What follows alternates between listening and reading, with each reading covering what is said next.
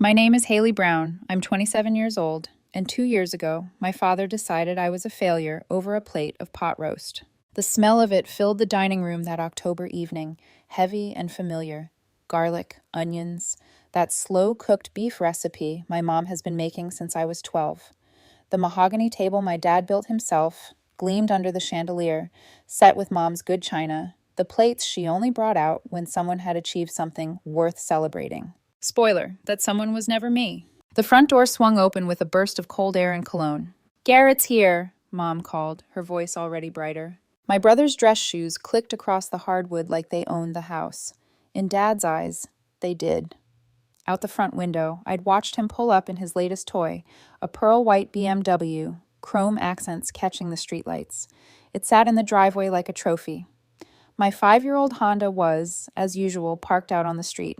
"There's my champion," Dad boomed from the kitchen. That voice.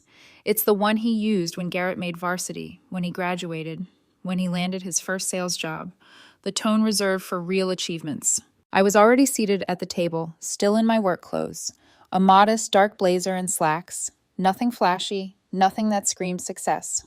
Just the uniform of a woman who spends her days approving and denying other people's financial futures. Garrett swept into the dining room like he was walking onto a stage. He adjusted his Rolex, a new one since the last time I saw him, and winked at me. "Hey, little sis." "Hey," I said, forcing a smile. "Close any universes today?" He laughed. Something like that. Mom emerged from the kitchen with the pot roast, cheeks glowing with pride. "Haley, honey, you look tired. Long day at the bank?" "Every day is long when you're building something real," I said lightly. The irony was mine alone. No one at that table really believed what I did was real. Dad came out behind Mom, carrying a bottle of champagne, the expensive stuff he hid in the basement and only brought out when Garrett did something impressive. "Tonight calls for the good stuff," he declared, already working on the cork. "My son just closed the biggest deal of his career. Tell them, Garrett." Garrett leaned back, all casual arrogance, the star of the show. "Client walked in yesterday looking at entry-level models," he said. "Drove out with a fully loaded luxury package, financing, extended warranty, $40,000 commission check. Sometimes you just have to know how to read people, make them see what they really need." The cork popped. Champagne fizzed into 3 glasses, Dad's, Mom's, Garrett's. Mine stayed empty, not an oversight, a statement. I watched the bubbles climb the crystal while Dad lifted his glass. "That's what real success looks like," he said, eyes on Garrett, knowing how to close, knowing how to make things happen. That's the difference between dreamers and doers. I cut into my pot roast, the meat tender and perfectly seasoned, while the conversation flowed around me like water around a stone. They talked about Garrett's client list, his numbers, his plans for the next quarter. Dad hung on every word. Every so often, Mom glanced at me with a tight little smile as if to say, "Please don't ruin this." My phone buzzed in my blazer pocket. I palmed it under the table and glanced down. "Ethan." "How's dinner?" "Dad still auditioning for Garrett's fan club president?" My lips twitched. I typed back, "Live from the Garrett Brown Appreciation Gala. I may be the coat check girl." 3 dots appeared. "Ethan. Text if you need to bail. I'll come pick you up. Marissa's stupid, by the way." The mention of his ex-girlfriend made my chest tighten for a second. Months ago, at a barbecue, my parents had met Marissa, his ex who showed up to drop off something. She'd charmed them in 5 minutes flat. Later, Mom had told me now she knows how to work a room, as if that were the highest form of existence. I slid my phone away and forced my attention back to the table. "And what about you, Haley?" Dad finally asked, like he'd just remembered I existed. The tone was different. Obligation instead of excitement. "Still at the bank?" "Still there," I said, taking another bite. "Good. Good. Stable job. Regular hours." He nodded, like he was trying to say something nice about a disappointing exam grade. "Nothing wrong with that." I heard the unspoken part. "If that's all you can manage." He went back to Garrett. "So what's next? Another $250,000? $500,000 in commissions?" Garrett laughed, but there was a flicker of discomfort in his eyes. "We'll see what the market does, Pops." I could have jumped in right then. I could have mentioned the promotion I'd gotten months earlier, the one that gave me my own office, my name on the door, and a salary that had quietly slipped into 6-figure territory. I could have told them how my decisions kept their neighbors' businesses open, their mortgages afloat, their dreams alive, how I looked at risk profiles and debt ratios and signed my name to choices that mattered. But I'd learned something about my dad. Facts didn't move him. Appearances did. "So," Garrett said, spearing a potato. "Haley, you ever think about doing something more, I don't know, people-facing? You'd be great in sales. You've got the brain for it. I could probably get you an interview at my place. They're always looking for new blood." The offer hung in the air like smoke. On the surface, generous. Underneath, condescending. I set my fork down and met his eyes. "I'm good where I am." "Are you, though?" Dad cut in, leaning forward. There it was, that tone, the one he used right before delivering tough love. "I'm going to be honest with you, sweetheart, because that's what fathers do." I braced myself. "Your brother made more money this afternoon than you probably make in 6 months." He said it like he was announcing the weather. "He's building relationships, creating opportunities, making things happen. And you," he searched for words, frowning, "you wear a blazer and call it success." The silence after that was deafening. Mom's fork clinked against her plate. She stared down at her food as if she could disappear behind the gravy. Garrett's jaw tightened. For the first time all evening, he looked genuinely uncomfortable. "Dad," he muttered, "come on." "No, he's right," I said quietly. My own voice surprised me. Steady, almost too calm. "I do wear a blazer." I glanced around the table. Mom's guilty eyes, Garrett's awkward regret, Dad's face full of conviction, believing he was helping me. "In fact," I continued, "I wear one in the office where I supervise risk on loan portfolios that could bury people if I get it wrong. But you're right, it's not as sparkly as a BMW in the driveway." Dad scoffed. "Honey, don't be dramatic. I just don't want you to settle. You're too smart to spend your life pushing paper." Pushing paper. Right, that's all it was. I could have told him about the promotion memo still pinned to my corkboard, about my boss casually mentioning, "We're grooming you for senior management," about the nights Ethan stayed up late on video call with me while I finished analysis because my decisions had weight. Instead, I folded my napkin and placed it neatly beside my plate. "I should go," I said. Mom's head snapped up. "Haley, wait, you barely—" "Dinner was great, Mom." I leaned over and kissed her forehead. She smelled like rosemary and dish soap and worry. "Thanks for cooking." I straightened and looked at Garrett. "Congratulations on the deal. That's impressive." He swallowed. "Thanks, Hales." Then I turned to Dad. "Congratulations," I said, managing a thin smile, "on raising a son who earns real money." His brows knit, trying to decide if I was joking or not. I didn't give him time to figure it out. I grabbed my blazer from the back of the chair, slung it over my arm, and headed for the door. My phone vibrated in my pocket again. "Ethan, still alive?" I stepped out into the chilly October night, the air sharper than I remembered, and paused by my Honda. Over Dad's shoulder, through the dining room window, I could see Garrett laughing again, champagne glass in his hand. The sound didn't reach me, but I knew exactly what it would feel like. Big, easy, golden. I typed back to Ethan with numb fingers. "Define alive." He replied instantly, "Want company? I can bring takeout and a bad movie." For a moment, I wanted to say yes. To drive straight to his place, curl into his chest, and let him tell me my work mattered. That I mattered.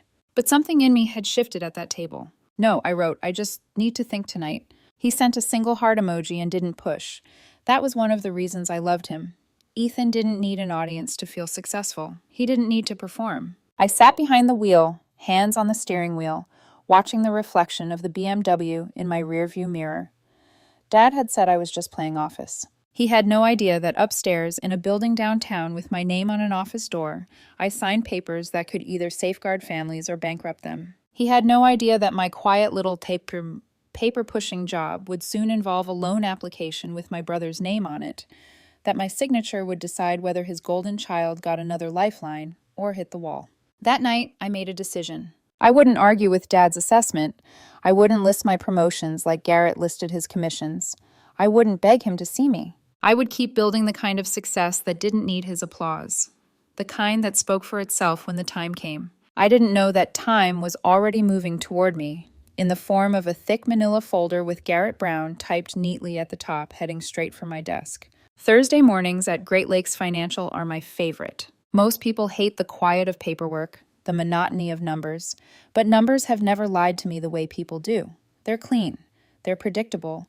They tell the truth no matter how ugly it is. I was halfway through my second cup of coffee when Sarah, my assistant, knocked lightly on my doorframe. "Haley, this one needs your approval." She held a thick manila folder, too thick for a simple personal loan. "What's the amount?" "200,000. I nodded.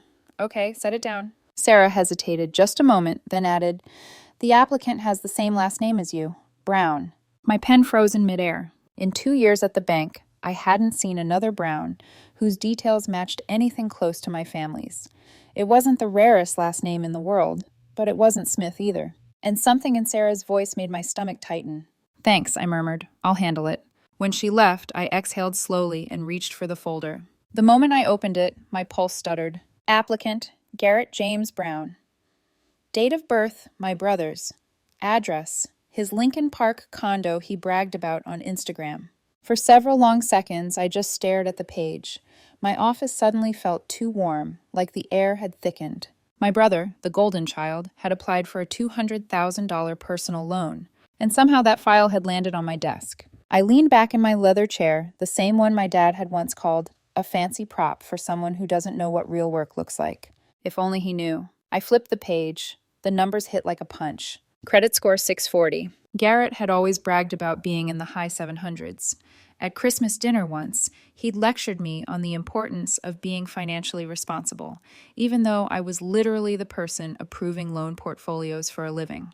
But this was someone sliding downhill fast. Missed payments, maxed out cards, $78,000 in credit card debt, 12 hard inquiries in 6 months, a debt-to-income ratio so high it felt like a math joke. And then I saw the signature. Co-signer, Thomas Brown, my father. His handwriting, his big looping signature, sat beside Garrett's, as if Dad had proudly signed on the dotted line. Except I knew, in my bones, that Dad had no idea what he'd agreed to. A cold wave ran through me. I grabbed my phone and dialed Dad's business line. He answered on the third ring. "Brown Construction, Tom speaking." "Dad, it's me." "Well, hey, sweetheart," he said warmly. "Everything going okay at that bank of yours?" I closed my eyes. That bank of yours. As if I wasn't the one with the authority to freeze his accounts if necessary. "Dad, did Garrett ask you to sign anything recently? Something for a loan?" "A reference," Dad said casually. "He said banks like to see family support. Just vouching for my boy." I swallowed hard. "Dad, did you read what you signed?" A beat, then a defensive huff. "Haley, don't start. I've been running a business since before you were in diapers. I know how to sign my own name." My throat tightened. "Dad, that was a co-signer agreement. If Garrett defaults, the bank comes after you. Your credit, your assets, your retirement." Silence. For the first time, he sounded uncertain. He said it was just character reference stuff. "It wasn't." "Are you sure?" I stared down at the page. I'm holding it in my hands. Dad swore under his breath. "I need to call Garrett." "Please don't yell at him yet," I whispered. "Just be careful. Read before you sign. Even with family."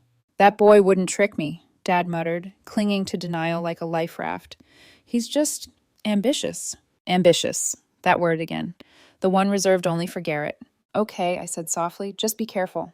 When I hung up, my hands were trembling, but not from fear. From anger. Garrett had manipulated Dad into signing something he didn't understand. And Dad had signed because, in his eyes, Garrett was the sun and moon rolled into one. I spent the next hour combing through the rest of the application. Garrett had inflated his income by at least $60,000. His bank account looked like a casino. Huge deposits, immediate withdrawals. His savings held $340. His condo mortgage was behind. His BMW payment was barely holding on. He was drowning, but the bank couldn't rescue him. Not ethically, not professionally, not safely. The loan would bury both him and my father. The denial was clear. Sarah poked her head back in. "Everything okay?" I forced my voice steady. "Yeah. Can you get me a blank denial letter template? I'll write this one myself." She nodded and slipped away.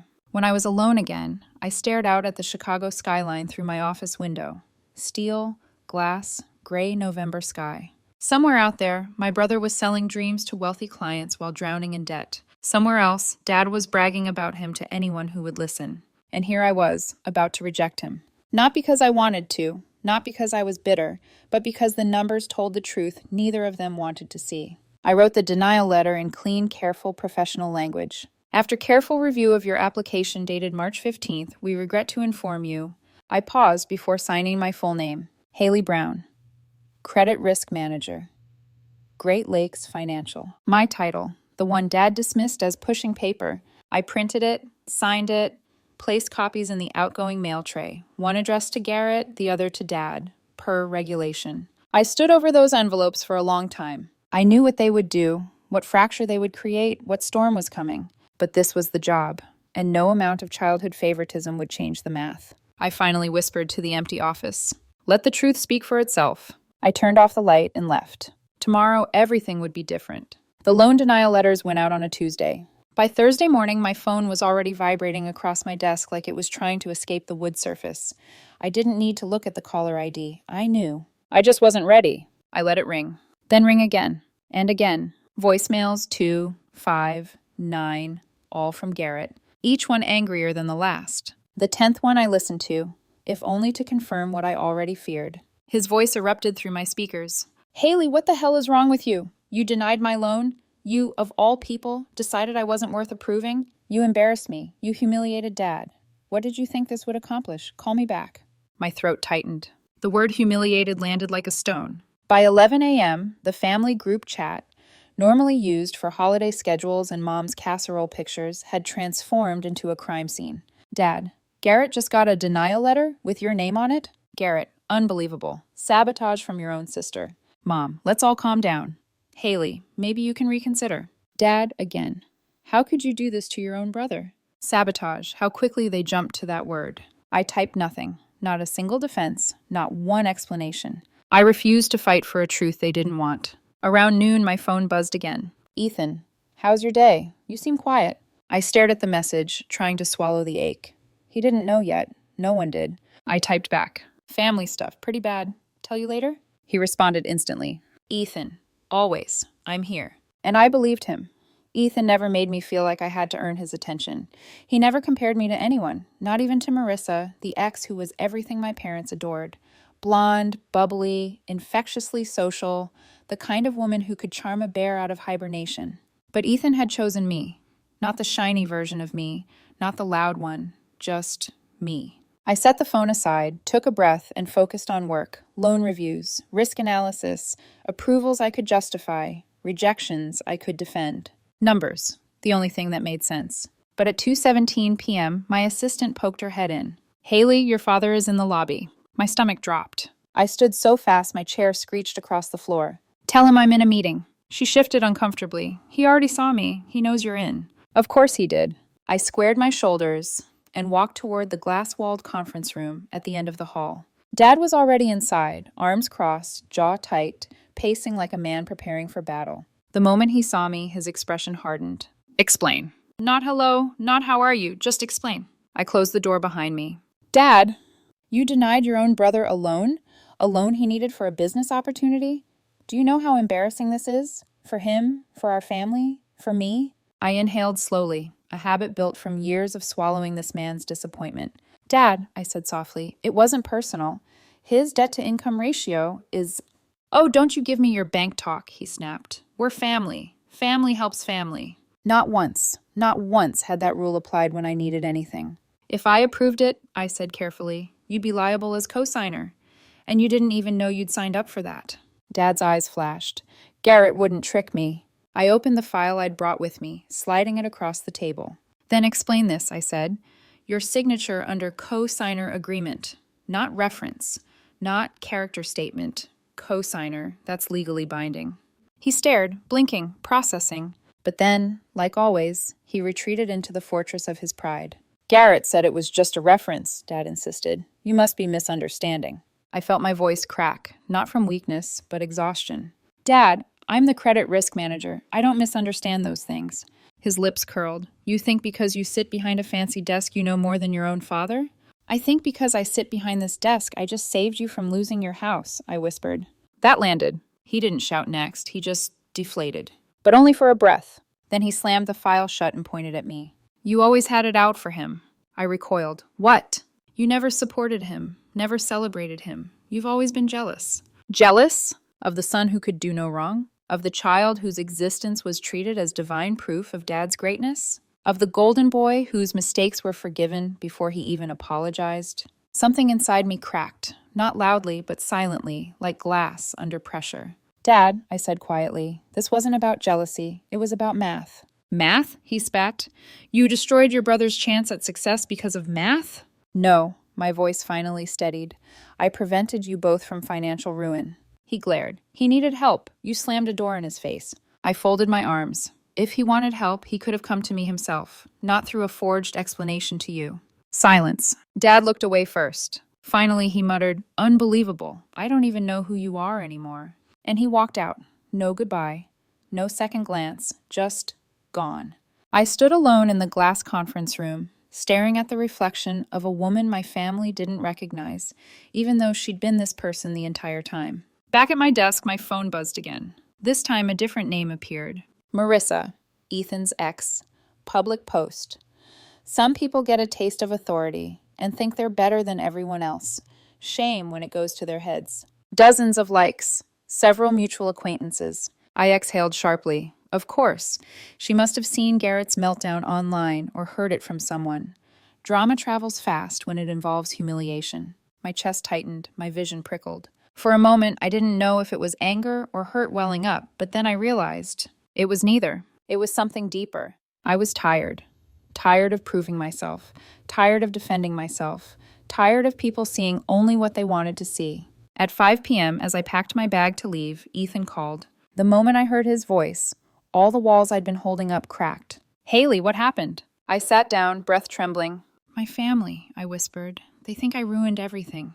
They think I did it out of jealousy. Did you? No, I choked out. I did it because if I hadn't, my dad could have lost everything. But they don't care about that. Garrett's hurting and they need someone to blame. I'm convenient. I'm quiet. Silence on the line. Then Ethan said, with quiet certainty, You didn't do anything wrong. My eyes burned. Yes, I did, I whispered. I told the truth. Later that night, when I finally got home, my phone buzzed one last time. Garrett, you'll regret this, I promise. I stared at the message, not angry, not afraid, just grieving something I never really had, a family that understood me. For the next 6 months, no one called, no one texted, no one asked how I was doing. I became the villain in their story. But villains still know the truth. And the truth was, I had saved them. They just didn't know it yet. 6 months is long enough for a reputation to crumble, and for silence to become a habit. My family didn't reach out. Not a call, not a birthday text, not even one of Mom's passive-aggressive, hope you're eating well messages. I stayed blocked from the family group chat. Garrett unfollowed me on everything. Dad pretended I didn't exist unless Mom forced him to acknowledge my name. But numbers tell stories even when people don't. And Garrett's numbers were collapsing. I heard it in pieces. Mom's hushed updates to an aunt, a cousin's Facebook post, the occasional rumor drifting through the neighborhood grapevine. The condo was listed. The BMW was gone. His Instagram went suspiciously quiet. He'd moved to a cheaper part of town. The golden shine had peeled away. What was left was a man struggling to stay afloat. And as for me, my life kept moving. I got another promotion, quietly, as usual. Ethan and I grew closer. He was my calm space, my safe landing place after exhausting days. He never asked me to shrink myself, never compared me to someone louder, flashier, Marissa included. Still, something in me stayed guarded. Old wounds are slow to scab over. Then one cold November afternoon, just as I was finishing a quarterly risk report, my assistant stuck her head into my office. Haley, there's a call for you on line 2. He said it's personal. I frowned. Did he give his name? She hesitated. Yes, he said Garrett. My pen slipped from my fingers. 6 months, nothing. And now this? I swallowed. Put him through. The phone rang once before I lifted it. Haley? Garrett's voice was low, quiet, nothing like the arrogant, booming brother I grew up with. I'm here. A long breath crackled through the line. I'm sitting in my car, outside Dad's office. My pulse ticked faster. Is he okay? He's fine. This isn't about him. Silence. Then, I need to tell you something. Wind whistled across his end of the call. He sounded older, tired, human. What happened? I asked gently. Garrett took another shaky breath. After Dad got the denial letter, with your name on it, he didn't talk to me for 3 weeks. That stunned me. 3 weeks? He was furious, Garrett continued. Not at you, at me. Said he felt stupid. Said he'd trusted me blindly. Said I never should have put him in that position. I sat straighter in my chair. Those words, Dad had never spoken anything close to that level of self-awareness. And, Garrett added, he said something else. The line crackled softly with his breathing. He said, I raised 2 kids. One I celebrated, and one I completely misjudged. My heart punched my ribs. I gripped the edge of my desk, knuckles whitening. He said that? I whispered. Yeah, another breath. Haley, he told his crew at work that he got you wrong, that he'd spent years bragging about the wrong child. My vision went momentarily blurry. Garrett kept talking, words tumbling like confession. And I've been wrong too, he said. That night at dinner 2 years ago when Dad went after you, I could have stopped him. I should have. But it felt good, to be the successful one, to be the one he was proud of. I didn't care how it made you feel. He didn't say it with ego. He said it with shame. And when you denied the loan, I was angry. God, I was furious. I said awful things. But Haley, his voice cracked. You saved me. I know that now. I pressed a hand to my mouth. For 6 months, I'd carried the weight of being the villain, the jealous sister, the cold-hearted banker, the one who destroyed his chances, But the truth had been there all along. Garrett continued quietly. I sold the condo, traded the car. I'm paying down debt. I'm rebuilding. Really rebuilding. And it's because of you. I didn't speak. I couldn't yet. And there's something else. He hesitated. I met someone. A flicker of worry went through me. Who? Her name's Lisa, he said, and I heard something warm in his voice, something I hadn't heard since we were kids. She's a teacher, makes $43,000 a year, drives a Honda Fit with a dent in the door. I let out a breath that sounded almost like a laugh. Of course he'd mentioned the dent. She doesn't care about the old stuff, he continued. She doesn't care about money, or status, or cars. She just cares about people. He paused. She asked about you. Me, I blinked.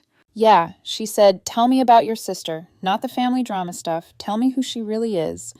And I realized, he exhaled. I couldn't answer her. My chest tightened. I know your resume better than I know you. I know your title, your job, your salary ballpark. But I don't know who you are when you're not working, what you love, what you're afraid of, what you want.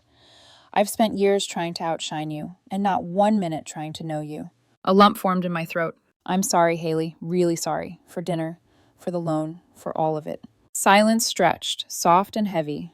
Are you calling me because Lisa thinks you should? I asked quietly. Or because you want to? Another long pause. Both, he admitted. She helped me see it. But I want this. I want to fix things. I just don't know how. And I'm scared it's too late. My heart clenched. So many years of being overlooked. So many times I'd swallowed my worth so he could shine. So many moments where I'd chosen silence instead of screaming. I let the breath out slowly. No, I said, it's not too late. But I wasn't done. But Garrett, it can't go back to how it was. I'm not going to spend my life trying to prove myself to you or Dad or anyone. I know who I am now. I know what I've built. If you want to know me, really know me, then you have to accept that I don't need your validation. A small sound, half a laugh, half a sob, escaped him.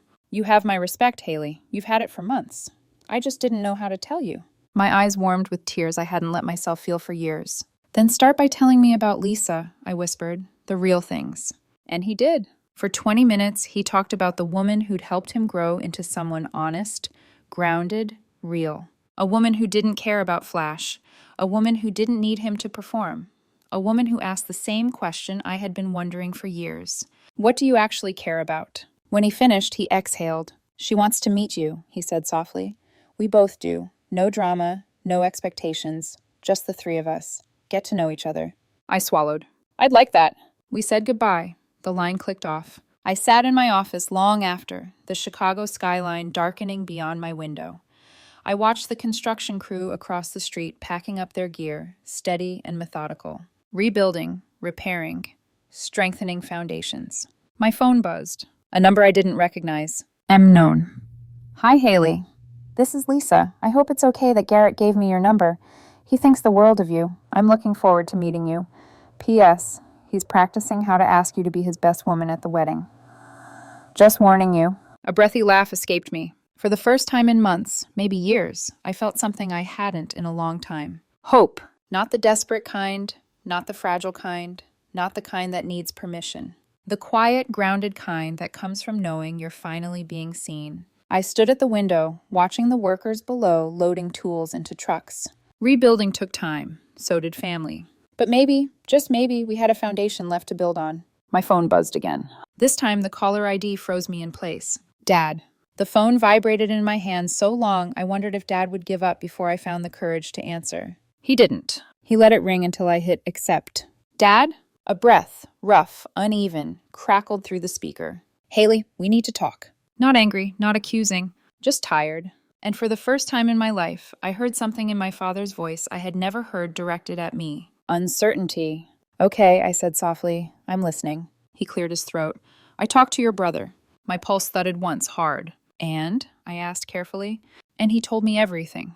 A pause. About the loan. About what he signed without understanding. About how you tried to protect me. Silence filled the space between us. Then Dad said words I never expected to hear. I was wrong. My breath caught. Dad. Let me finish, he interrupted, voice cracking. I've been wrong for a long time. About you. About what success looks like. About what matters. I judged you on appearances. On flash. On noise. A shaky exhale. And I ignored everything that makes you, you. A single tear slipped down my cheek. I wiped it away before it could fall completely. I didn't see your work, he continued quietly. Not really. I didn't see the weight you carry, the responsibility. I thought you were safe, comfortable, playing office. A broken laugh. But you were protecting families, protecting mine. He swallowed audibly. I'm sorry, Haley. My knees nearly buckled. The apology I'd secretly wanted for half my life, the acknowledgement I told myself I didn't need, the validation I'd fought to stop craving. And now it was here. I didn't expect you to say that, I whispered. I know. He paused. I should have known your job mattered. I should have known you mattered, but I didn't want to see it. It made me feel old, made me face the fact that I didn't understand your world. His honesty was raw, heavy, painful, but real. I'd like a chance to fix things, he said. If you'll let me. I let the words settle. For years, I chased this man's approval like oxygen. But now, I didn't need it. Still, I wanted a relationship, just not the old one. I'm willing, I said gently, but things have to change. I know, Dad murmured. I won't compare you two anymore. Won't dismiss your work. Won't dismiss you. My voice softened. Thank you. We spoke for several minutes. Awkward, halting, trying to navigate unfamiliar ground.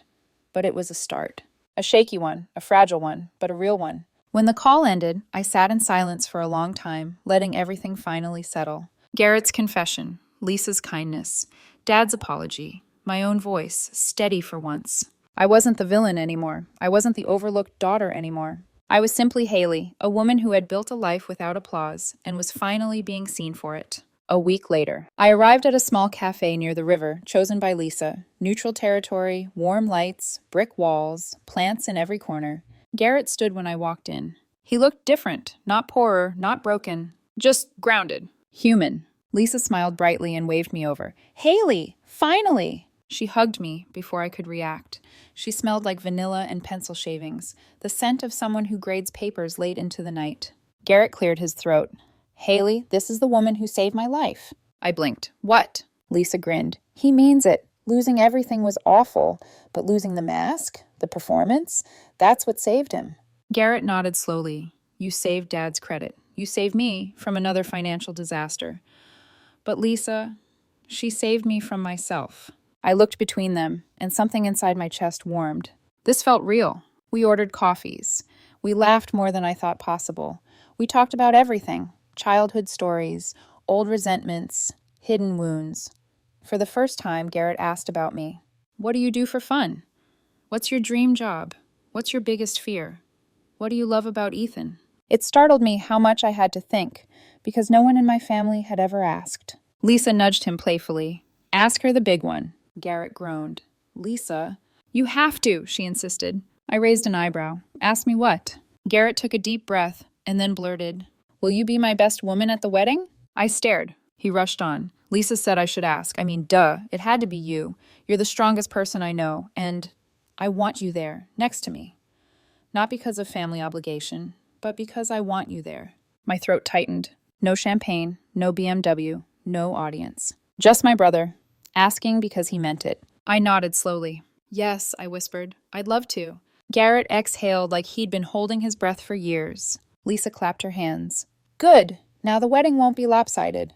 We talked for another hour, I learned. Lisa collects mugs shaped like animals. Garrett wants a small wedding, not a flashy one. They're planning to buy a modest home, not a condo in the sky. He's working with a financial counselor, by choice. He's genuinely happy. Not performatively happy. Actually happy. That night, when I got home, the apartment was dim, except for the soft lamp on the side table. Ethan was on the couch, waiting with takeout and blankets. He looked up. How'd it go? I sat beside him, leaning into his warmth. Good, I said softly. Really good. His eyes softened. You deserve that. I pressed my forehead to his shoulder. For once, I believed him. My phone buzzed. A text from Dad. Proud of you. Dinner this weekend? Just us? I want to start over. I let out a shaky breath. Not victory, not vindication. Just peace. Ethan kissed the top of my head. What? He murmured. Nothing, I whispered. Just success finally feels like something I can share. And I realized something. All along, I thought success without recognition was enough. But success with understanding, success with love, success with healing. That was something entirely different. Something better. Something worth rebuilding for.